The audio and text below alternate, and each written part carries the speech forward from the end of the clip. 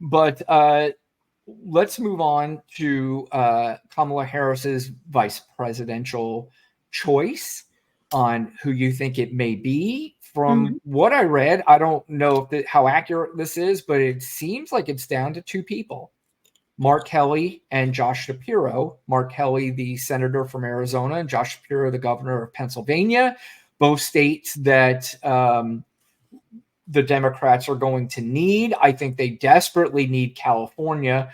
If they could pull off Arizona, that would be great. Along with Pennsylvania, they pull off those two, and it's pretty much over. So I'm not sure what the strategy is. My worry is that we're losing a Senate seat with Mark Kelly. But Lana, do you have any thoughts on who you would like to see as the vice president? I've been saying Josh Shapiro for Me 2 too. weeks. Yeah. I don't have anything else to offer. It has to be Josh Shapiro. Pennsylvania has the most of what we need. What are those electorals or whatever? We need them. Yeah. And who is Mark Kelly? I mean, he is somebody and has a compelling story. But again, who's Mark Kelly? That's what people are going to be asking. Who is more of a household name? And I know it's about, this is what they say. She's got to have a thing with them and, they mash and, no, we need those electorals. Like, again, just because we have Kamala, we can't all of a sudden forget this is a life and death situation, right? Because I heard someone on MSNBC is like, hey, why can't we have, Gretchen Whitmer and 2 women? Why can't we do that? Why don't we just go all out? It's about the voters. If the voters will vote for them, and it's because we're not going to risk it. We know what we need. We need a white man. Stop playing right now. We're not going to push the envelope too far. We're super excited about Kamala because Kamala is a woman of color. Yeah, woman of color. That brings excitement. You put another woman on a ticket, the excitement is going to go down. Because now she's got a share in it. We can't, this doesn't make any sense. Lana, you want to know the irony of this before we do? We had pro-choice PT, Harris win vote, Shore 100/25. I'm not sure what that means. Baby Juggernaut, governor's name was in the hat. Roy Cooper is another one that would have been good. But you know what's who's he? What state is Roy Cooper? North Carolina. So we need electorals. I think she was just she was. He's in the hat, right? I know they were talking about him, right? Yeah, he was, and I think Gretchen Whitmer was as well. But you know what the funniest part, Lana, the most ironic part? Cooper. I don't know who that is. You know what the most ironic part of this is? So what did we just mention? That Kamala Harris almost certainly has to go with a white male. That is the opposite of DEI. In fact, we can't put another woman in there because we don't, even though the woman may be more qualified, we can't do that. We can't put a black person in there because 2 blacks on the ticket. Oh my God, we can't do that. So what do we have to do? We have to diversify and put a white man in there. So, I mean, right. Yeah. But that's the word we're going to hear, DEI. We're going to hear that a lot. In fact, this Hagerman, what's her name? Helen Hagerman or something like that. I can't remember. She's one of these Republican whack jobs. This is kind of the tone that we're probably going to hear up until November. One of the weakest candidates I've ever seen in the history of our country. She's going to hit all the talking points in this very short clip. I mean, intellectually, really kind of the bottom of the barrel. And from the standpoint of just who she is and the policies, the positions that she's taken, her failure to do anything in terms of the border, that sort of thing, I think it's just a failure from top to bottom. I think she was a DEI hire, and I think that that's what we're seeing. And I just don't think that they have anybody else. I just think that they're in real disarray. Yeah, you could tell her messaging, she just knew she had to say all the talking points. She almost looked like an actor that was playing somebody that was being interviewed by the news. And she was just, sort of saying all the things that she knew her lines were supposed to be. And, that's probably, again, what we're going to get for the next 5 months, because where can they transition to? They cannot transition to policy at all. They have no policy, none, other than just dumb shit. Which, by the way, I hope people go and watch this. John Oliver did a great piece last night on this ridiculousness that our top issue, or even in our top 5 issues, needs to be fucking immigration and the border. Let's stop this nonsense already. You even have people on our side falling for it. I'm not saying that the border is not an issue. The border is an issue because it's just so unorganized. It's not because people are storming into the country, raping and killing. And oh my God, Lana, by the way, did you see? Somebody pointed out, it might have been the greatest thing I've ever seen. Somebody pointed out on Twitter where Donald Trump is coming up with this whole Hannibal Lecter thing every time he talks about immigration. Did you see that?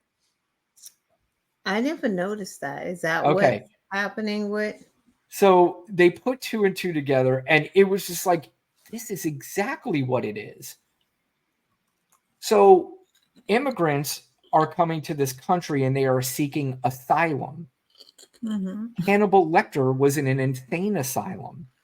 And they're saying that he doesn't know the difference between the two, and that's why he associates Hannibal Lecter. Because he keeps saying they're coming from insane asylums. Correct.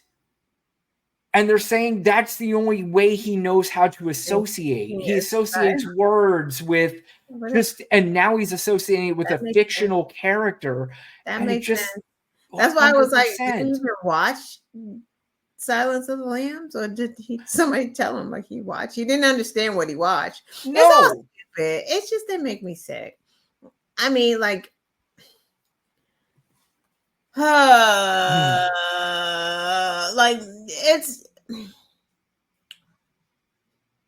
it's hard to like Republicans, right? It's just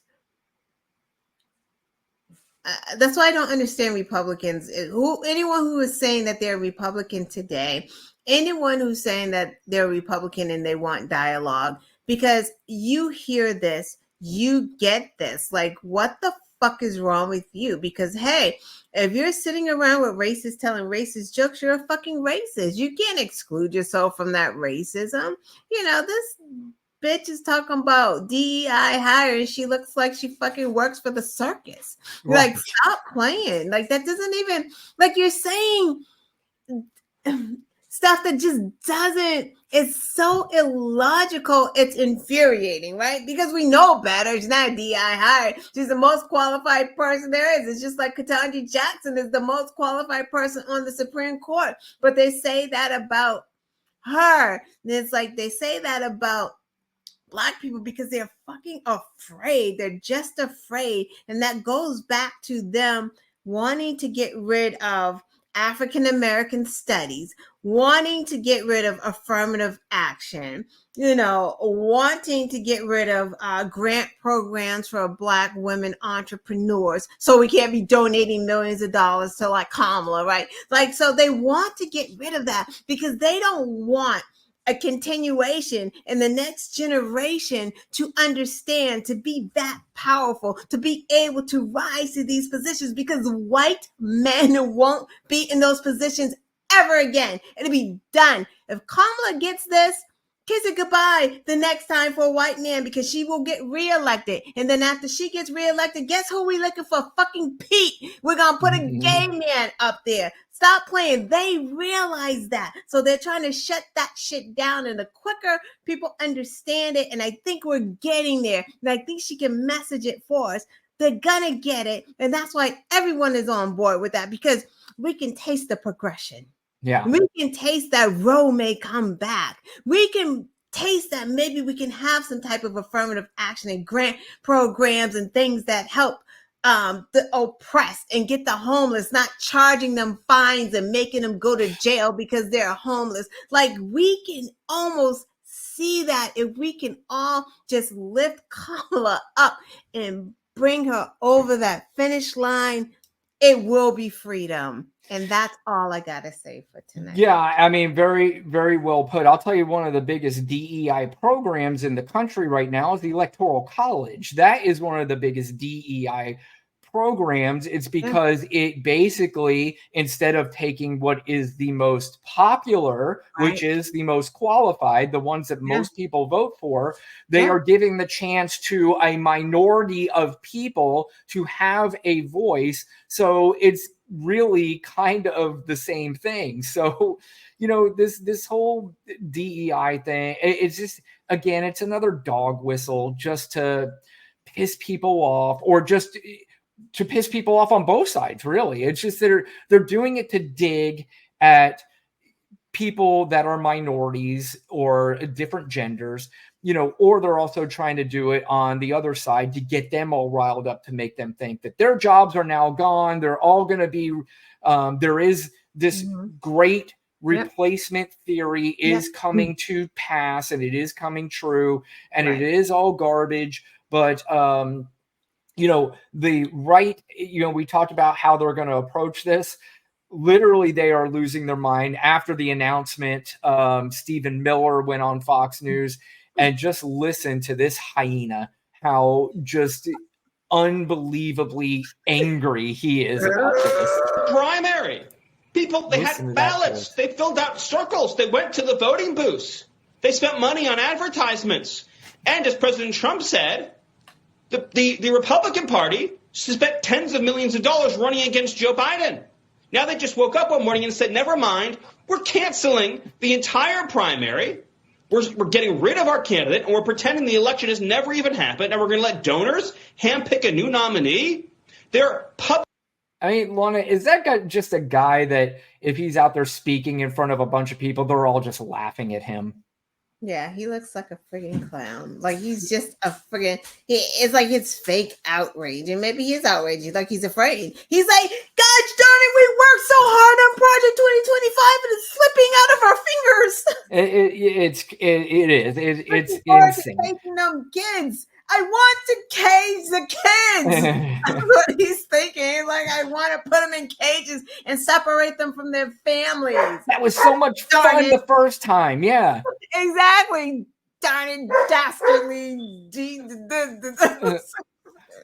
Baby Juggernaut said, best meme of the day, Kamala chasing Trump with a battery charged shark. I saw that. That was pretty funny. Hilarious. So remember, this is like, and it's funny, I made this meme because Nikki Haley said the first person that retires their 80-year-old nominee wins the election. Absolutely. There's no question about it. And that's going to come up a lot. There are the attacks from the left on the right are going to hit, and they're going to hit hard. We've already heard the attacks from the right to the left for the last 10 years. And that's why I say their whole thing feels old and boring and antiquated. And I said before, Donald Trump, it's going to be like Denzel Washington at the end of Training Day, just yelling and screaming at the neighborhood. And they're just like, man, we're over your bullshit, and just fucking leaves the guy. It's like, after a while, like, racism is just tired, dude. Like, yeah, move on. It's just so, it's like either the right is over there talking about she's not black, she's not one of you, don't vote for her, or they're saying she's a DEI hire. Like, y'all can't even figure this shit out your damn selves. Like, it's just stupid. Yeah, no question about it. Well, I'll tell you a couple people who are thrilled about this, or one in particular. Well, two: Lauren Michaels of Saturday Night Live and Maya Rudolph. If you know Maya Rudolph, she played Kamala Harris, and my guess is they are already preparing for her appearances once the season starts back up. I think in the fall, some point. Now, the last question, Lana, are we going to see before the election, and hopefully sooner than later, are we going to see two major, we already got kind of a half endorsement by her letting her use her song, Freedom, Beyonce, but are we getting Beyonce and we getting Taylor Swift to step up in the next couple months? And it's funny, didn't I tell you last week that watch the minute Kamala steps up, Jay-Z and Beyonce are going to be in that picture because they do come, but with Hillary, they came way late. With Kamala, they may be at that DNC. Don't get it twisted because they're getting so many calls right now for people who want to be there and who want to perform. They're going to, if Jay-Z's not there, it's definitely going to be Beyonce, what'd you say, Taylor Swift, Alicia Keys. Stop playing right now. You think they'll get bigger guests than Kid Rock and Hulk Hogan? Yeah. You do?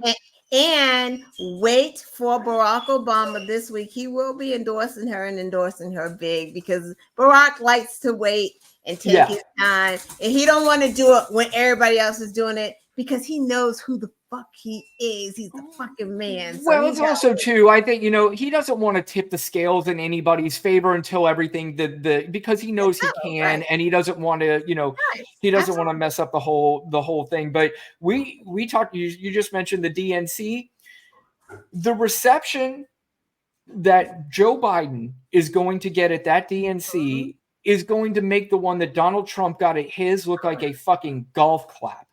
Because they are going to lose it for that guy. He might not be able to speak for 10 minutes. Oh, I know. And that will be an actual, genuine reaction. Not like, I got the money, Joe. Yep. Yep. Let's go, Joe. I love ya. No question. And that is, that I'm actually very much looking forward to that. So, but anyway, Lana, do you have anything else you would like to add before we go? I think I said enough.